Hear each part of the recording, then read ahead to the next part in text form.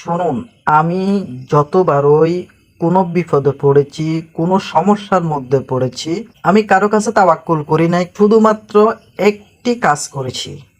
আর ওই একটি কাজের কারণে আমি যতবার বিপদে পড়েছি, আল্লাহ তাআলা আমাকে ওই সকল কাজ থেকে, ওই সকল বিপদ থেকে আল্লাহ তাআলা, ওই সকল সমস্যা থেকে আল্লাহ সুবহানাহু ওয়া তাআলা আমাকে রক্ষা করেছেন একটি কাজের কারণে।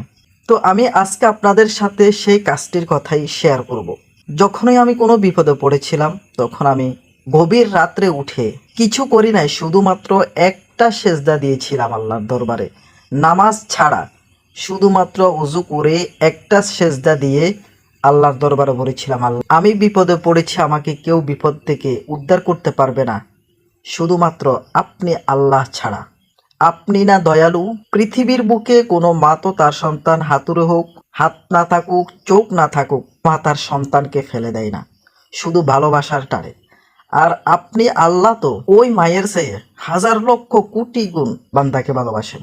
আল্লাহ, আপনি আমার এই সেজদার কারণে আমাকে এই বিপদ থেকে উদ্ধার করুন, আমার প্রার্থনা কবুল করুন। সাথে সাথে আল্লাহ তাআলা আমার প্রার্থনাগুলো কবুল করেছে। সেই জন্য সবাই এই কাজটিই করবেন বিপদে পড়লে।